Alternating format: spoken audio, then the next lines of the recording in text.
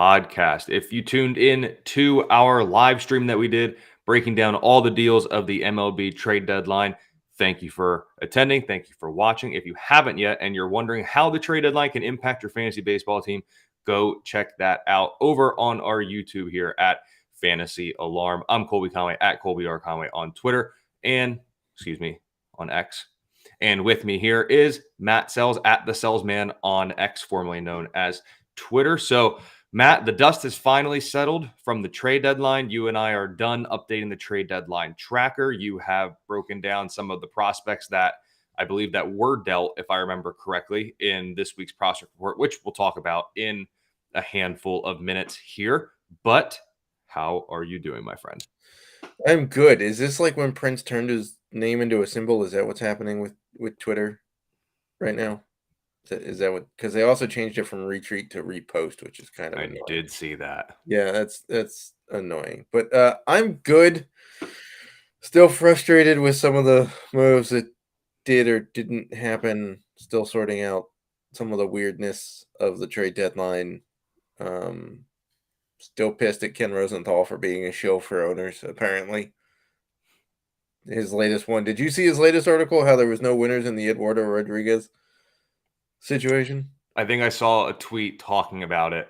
I'm like, there is a winner. Eduardo Rodriguez won because he didn't have to go to LA, which he didn't want to do. How dare he because he nixed the deal. So how dare he not go where he was told to go when he had an option that he didn't have to go? Yeah, I think ownership lost because they didn't check that first. Like MLB Network was talking about it. They were like, this Dan O'Dowd, who used to be a MLB GM for the Orioles, was like, if we had players with no trade clauses, we would call them up and say, hey, we're talking to these teams.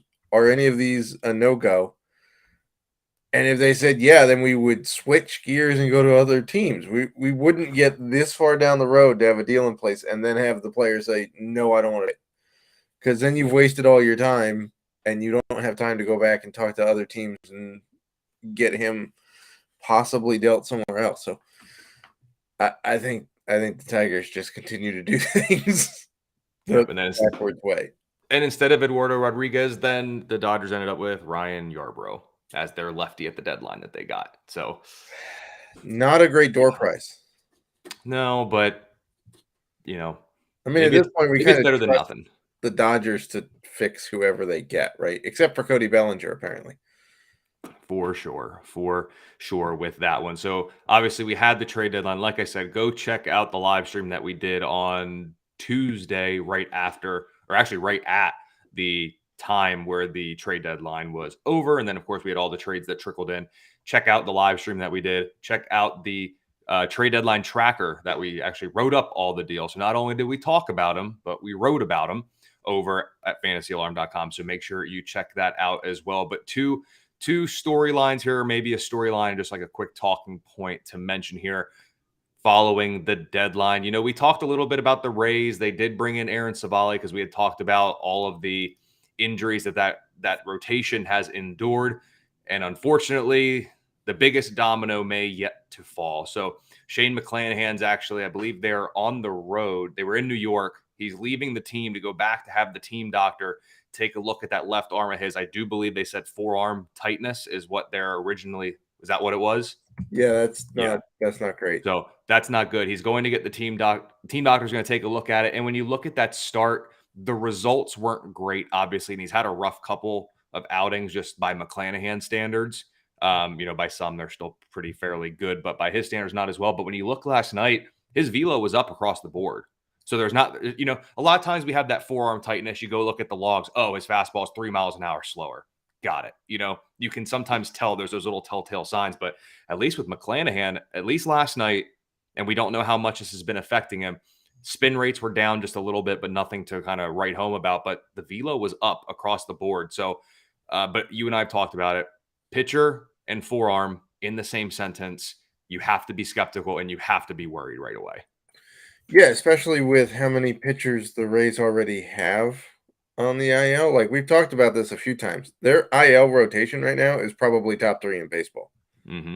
And that's before you potentially add Shane McClanahan to it. So we're going to be watching with bated breath to see what exactly happens for with McClanahan. Hopefully, it's just he was a little sore from carrying the entire pitching staff, and maybe they put him on the IL. Maybe they just skip a start somehow, get creative with it, use an opener, call Taj Bradley back up. I don't know.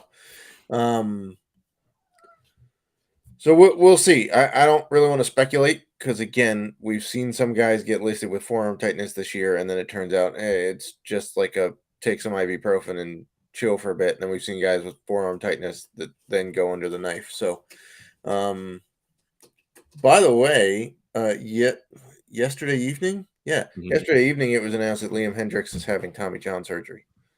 Yeah, that's a tough blow. Unfortunately, man, the dude beat cancer, got back, and then elbow popped. Don't feel great for him. So hopefully McClanahan avoids that. But man, for those of us in fantasy baseball playoffs right now, you gotta be real concerned. You have to. I mean, you have to be. When forearm pops up, you have to be cognizant of it. The Liam Hendricks news stinks with that. As much as he had to go through to come back to now have this happen is just really, really unfortunate stroke of bad luck. And that's the same type thing, not to the same magnitude of what Hendricks went through, but the Brewers reliever Justin Wilson, yes, who's former Pittsburgh great, by the way. Just because he donned the uniform makes him a Pittsburgh great in my book. You don't even have to be good. Just wear the yellow and black, and you're cool with me. But yeah, that's sad too. I mean, he worked back from Tommy John, and then you could tell. I believe they said it was something with his lat that he ended up messing up. Correct? Yeah, he was. You could tell he was warming up in the bullpen to come in to make his debut. He looked in distress. That was bad. Yeah, he was warming up to make his debut to come back from Tommy John. And you could see the bullpen guy started getting on the phone or trying to get somebody's attention. Like, he can't come in because he's over there, like, holding his armpit. Like, it looks like his arm's going to fall off if he's not holding it. So, man, that looked, painful for multiple reasons. A, he appeared seriously injured. And B, you just feel for the guy because he's had a long road back and now it's longer. So, man, these I just feel bad for the dudes who come back and then just can't get healthy. Yeah, and I don't mean to make the whole beginning of this podcast doom and gloom, but that's kind of, I guess, the route that I've taken this. But two other things I want to touch on. One is just the news around Domingo Germán is very unfortunate. Yes. And it's one of those things where amidst this game that we love, there are things bigger than baseball. Correct. It's just a game. You just throw a ball. I get that. But at the same point, there are things that happen. The amount of stress these players are under, we don't know the specifics. We don't know what occurred. All we can really say at this point, and speculation is not what you want to do in this instance. So just, hopefully Domingo Germán gets better, gets the help that he needs, and, fingers crossed for a strong maybe rebound in 2024. That's all I personally want to say, because I don't think anything else really adds to this unfortunate situation. Yeah, hopefully he gets right for himself and his family. That's like, whether he pitches again for whoever doesn't matter at this point. The man just needs to get himself right, because apparently this is not the first time something has happened. Obviously, we all know there's some baggage here with Domingo Germán. Certainly not a saint by any means, but doesn't mean we're not rooting for a recovery just so he can be a functioning human being again. Family first, baseball second. And then before we get into the prospects, I do want to, and everyone's favorite segment, Down on the Farm with Matt Selz, with this being the Friday edition here, but Trey Turner. Okay. Yeah. The last 4 games, he's hit 7th, 5th. I'm sorry, last 5 games, 7th, 5th, 6th, 6th, and 6th. Did you see where he's hitting tonight, or today, I should say? I have not seen the Phillies lineup yet for. I can tell you, or I can buy airtime while you go look, and we can get your live instant reaction while you go look. I'm cool. I am cool with either, because I'll tell you what. I'll go look. For 11 years, $300 million, this isn't exactly a good start to his career in Philly, and it could just be a down year, but this is not where you want to see a, $20-30 million plus guy batting in the order. He's got protection from Jake Cave. Jake Cave, Okay. whatever, however you want it. If you want the ritzy version of Jake Cave, it's Cave. I don't know. He's batting 8th, man. Mm-hmm. So this is crazy. Here's what I don't get. It doesn't seem like the Phillies know how to fully put together a lineup. Mm-hmm. Because if your argument is that Trey Turner hasn't been hitting the ball well, he's still hitting 56 points higher than their leadoff batter. He's hit, 237 is not great, but it's 56 points higher than Schwartz, who's leading off. Mm-hmm. I get the powers there. Stick him in the 2-hole. Like, if you want a guy to come out of a bad spell, you need to give him protection in a lineup to get stuff to hit so he starts hitting. This is... I get, and I think I was about to counteract your point, and then the way you said it, I now agree with you. Because here's the thing. This is Major League Baseball, right? Right. Whether Trey Turner hits second or hits 8, it's MFing Trey Turner. Pitchers know that. So if you're going to hit him at 8th with Jake Cave or Cave, whatever we're going to call him, or Cava, which is this new like restaurant that we just got in town, phenomenal. I think it's a chain, but phenomenal. But regardless, they're still going to rather pitch to him than Turner, even if Turner's his head's up his butt. He can't see the strike zone because he can't hit a ball right now. Right, but they would still rather pitch to him or to Cave than him. Like, right. He's not going to get pitches hitting 8th. It doesn't matter. He's Trey Turner. This is why you never this is the equivalent of him hitting in front of a pitcher. Exactly. Like Cave is hitting 218 with 1 homer, 11 RBI, and 3 steals. Granted, he's not a full-time. He's not a full-time player, but he could be hitting 300, and I would still rather pitch to him than Trey Turner. Because the likelihood of doing damage is far less with Jake Cave than... And you've given the protection. If your argument is Turner doesn't deserve to be at the top of the lineup, then flip Cave and Turner, so at least Turner has Schwartz for protection, and he's still technically 9th, so you can bury him and send him a message or whatever the hell you're trying to do. The 8-hole is literally the worst spot to stick a guy trying to figure out his swing. You may as well have him work in the batting cage because he... Well, effectively, your 8th hitter, you're saying, is your worst hitter. That's effectively what you're saying. Yeah, it used to be the case that, when you'd have to stick your pitcher in the batting order in the NL, which I liked, you'd stick him 9 unless you were, La Russa, and then bat him 8th, and so you get a second leadoff guy. But I don't. And this has nothing to do with the fact that I was all over Trey Turner at the beginning of the year. I'll bite that bullet. I was wrong. It hasn't worked out. His move to Philly hasn't been good so far this year. Maybe it'll get better next year because it's the second year, so he's adjusted and all that good stuff. But you're literally pouring grease on a fire by batting Trey Turner 8th. Yep. Doesn't get any better there. Interesting, though, sticking in the NL, speaking of a guy who's batted all around the batting order this year, Christopher Morel hit a home run yesterday on Wednesday for the Cubs. That means he's homered from every batting spot in the order this year for Chicago. He has 17 home runs, and he has hit at least 1 home run from every spot in the batting order this season. Has that ever been done before? He is the 4th player to do it. Wow. In a single season, and he's got 2 months to go.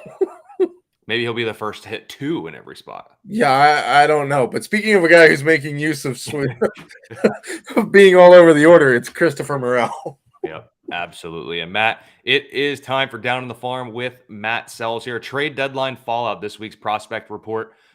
Week 18 prospect report over at fantasyalarm.com. Talking about some of the big names that moved. You wrote up the moves, what all it means here. Just the ones that have moved, what all it means. So the one thing I am interested in kind of getting, and of course, you can head over to fantasyalarm.com to read about these more in depth.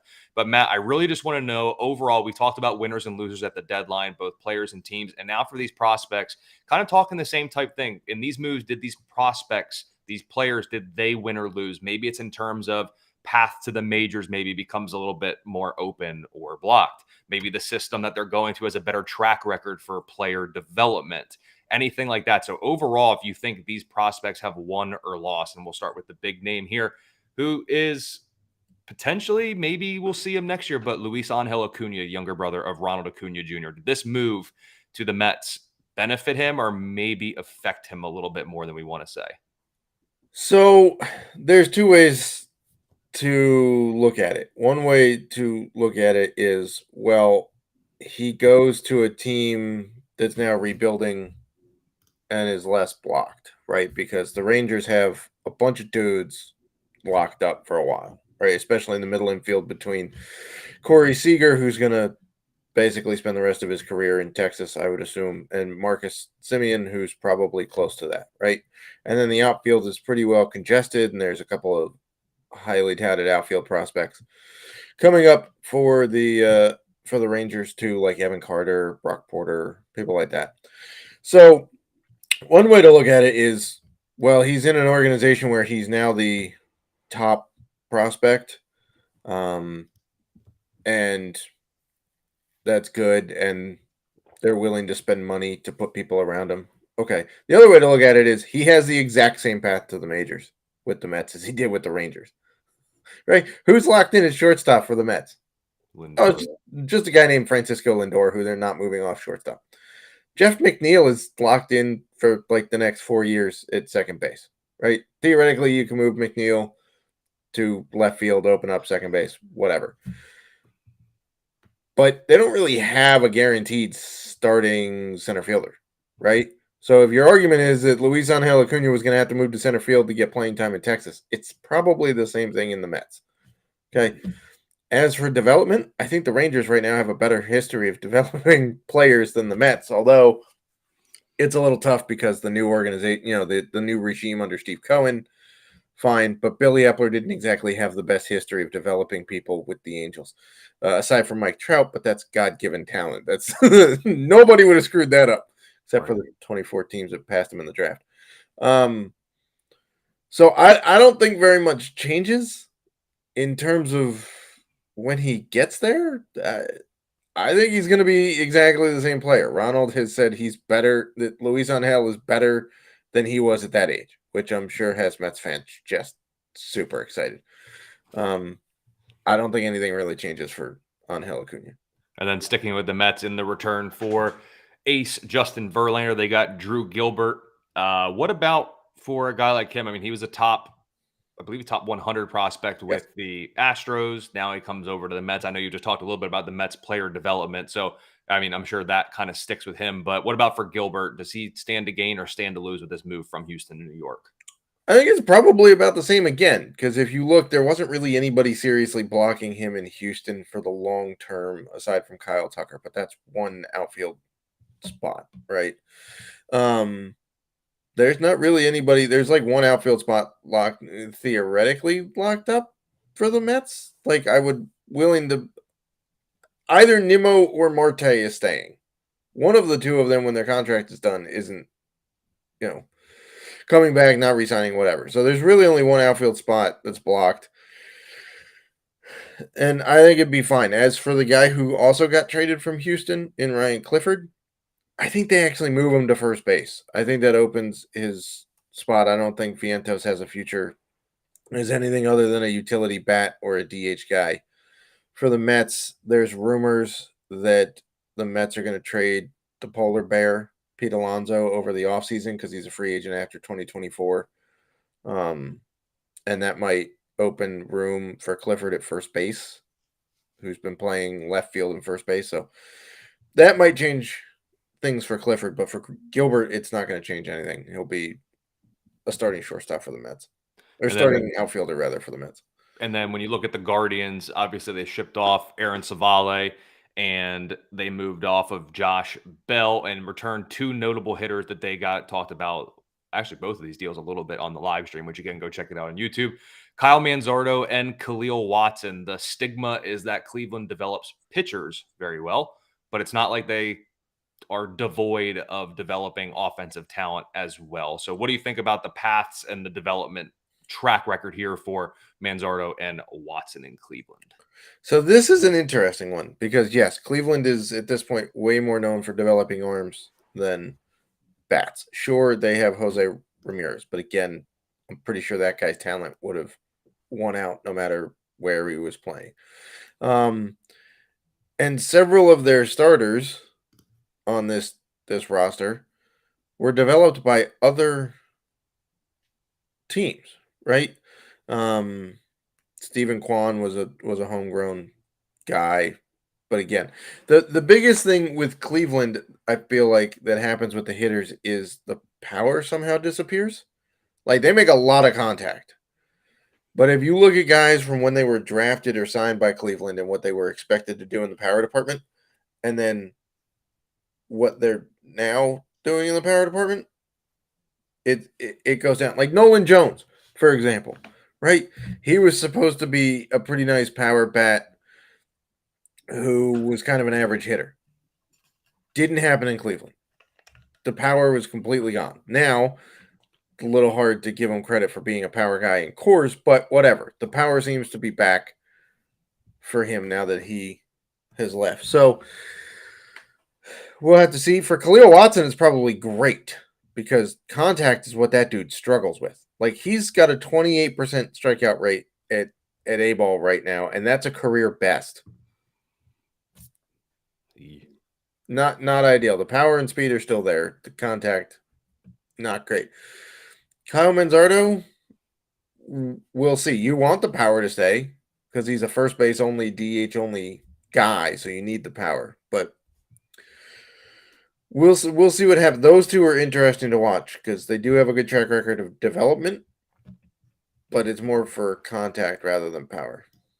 Absolutely. And if you want to read about some other guys dealt at the deadline, as I'm looking at here, along the likes of Jake Eater and Takoa Roby and DJ Hurst, go ahead and head over to fantasyalarm.com. Check out Matt's prospect report there. And then I do believe the updated rankings have been updated. Like you've updated them, correct? Okay. Yeah.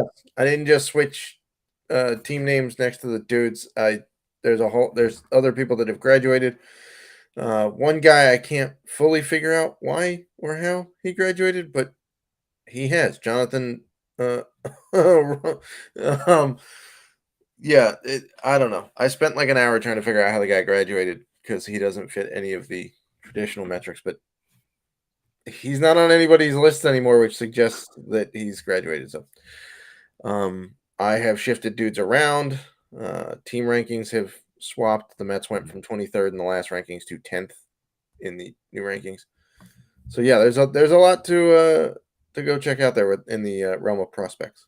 Yep, absolutely. Go check that out over at fantasyalarm.com. And Matt, real quick before we get to weekend streamers and a waiver wire preview to wrap up this episode, now the deadline is passed, what is one thing that you are looking forward to from here till the end of the season? I will take the pessimistic route again, and I am ready for the Yankees to struggle, and I am ready for all of the Brian Cashman criticism to come rolling in. That's it. Oh my. That's it. Could I have said some more positive things? Sure. Like, seeing what the Reds do with this young stardom that they have and all these fun battles that we're now going to have in divisions. Nope. I am just ready to see the Yankees struggle and for all of this snowball, this avalanche of Brian Cashman criticism to come and eventually, hopefully, make an impact. Yeah, so to paraphrase The Dark Knight, some men just like to watch the world burn. That's you right now. Yeah, right. I'm with you because this is the only way Brian Cashman gets ousted from his seat is if everybody in baseball piles on that the Yankees were terribly stupid at the deadline. I will take an optimistic view here. Thank you. And I will say the thing I'm most intrigued by is the AL West battles. Not only do you have Texas and Houston who came into the deadline a half game apart and traded for aces, right? Scherzer to the Rangers and Verlander back to the Astros. So that should be pretty interesting. Also, you got Jordan Montgomery going to Texas to bolster that rotation. And then Framber throws a no-no the day they get Scherzer or Verlander, who has 3 of them. But also the Angels, man. Can they hold on to an AL wildcard spot after going all in, sort of, like in a interesting way? It's going to be a fascinating division to watch what happens. Absolutely. And then weekend streamers and waiver wire preview here in a couple minutes to wrap this up. I can't believe I'm saying this, but Steven Matz gets Colorado on Saturday, and he's been really good of late. 2.17 ERA, 29-6 strikeout to walk ratio in July. And we all know about the Rockies' struggles against left-handed pitching this season. League's worst strikeout rate, league's worst WRC plus, and if I'm not mistaken, it is away from Coors, so they are even worse. So Steven Matz versus Colorado on Saturday. I can tell you, if you stream them, don't watch the game. Steven Matz is incredibly stressful to watch, so don't even worry about it there. But that's a weekend streamer you can look at. And Matt, who are your, and I'm going to give a little tease here, streamers? Yeah, I found 2 this week. Amongst all of the projected TBDs, that guy's pretty busy because there's a lot of TBDs there on MLB's schedule. But I'm going with, in case you want one on Friday, we're going to go with Colin Ray, pitching for the Brewers versus the Pirates, because the Pirates are atrocious. They just are. I'm sorry, Colby. They're bad. They got worse at the deadline because they traded G-Man Choi, right? Like, whatevs. It's just another bat that leaves the lineup. Colin Ray, he's been up and down. Last start, not great. 5 earned runs. The 2 before that, 2 earned runs. His 1 start against the Pirates, he went 6 2/3. Pretty strong innings, or pretty strong appearance. So we're going with that on Friday. On Saturday, this guy still has a job in a 6-man rotation. It's Christopher Sanchez for the Phillies, who are going 6-man rotation until at least August 14th, is what they said. He's pitching against the Royals. That's all we really need to say there. They're atrocious. He's been spectacular. His last 17 innings, 3 earned runs, a 14-3 strikeout to walk ratio. Casey's terrible. So there you go. Both of those guys are owned in under 50% of Fantrax leagues. And then waiver wire guy to add. We both have a couple of relievers here. Take a look at Brooks Raley, 41% on Fantrax. That's his ownership right now. He figures to get some save chances moving forward. He did blow a save in his most recent opportunity, but 14.2 innings prior to that, just a 1.23 ERA. And most importantly, he at least got that save opportunity here after the deadline once they got rid of Dave Robertson. So that should help. Take a look at Raley down the stretch. And then your waiver wire guy is a guy that's very near and dear to my heart as well. Yeah, speaking of Dave Robertson, that guy's blown 2 saves for the Marlins. Yep. Welcome to Miami, where the players don't play, apparently. Mm-hmm. Yeah, we're looking at Tanner Scott again. Colby was all about this, and then like literally an hour after the podcast dropped, where he told you to go ahead, Tanner Scott, they traded for David Robertson. But it's not been great. It's not been peachy for Robertson. He's blown 2 saves. So if they decide to go matchup based, Tanner Scott's a lefty, Robertson's a righty. You got that in your favor. If they just need to give Robertson some time to sort it out, you got Tanner Scott, could be a closer. He's not going to be the full-time closer. I don't think there's any way, but you can get a handful of saves from him. That's fine. Justin Lawrence is another guy who's still out there, and I've mentioned him before. He gets you wins, holds, saves, strikeouts, good ratios in course, and he throws a flipping frisbee. So those are 2 dudes you could go at. Can't ask for much more than that. So, Matt, that'll put a bow on this week's episode here. Head over to fantasyalarm.com for all of your needs, all of the different sports. We got you covered there. And, of course, the Fantasy Football Draft Guide is out now with the cheat sheet, your one-stop shop ultimate resource for your upcoming fantasy football drafts. On Twitter or on X, whatever you're calling it as, if you like the bird or the X, whatever it is. I'm there at Colby R. Conway. Matt is there at the Selz Man, and we will see you next week with the next edition of the Fantasy Alarm Fantasy Baseball Podcast.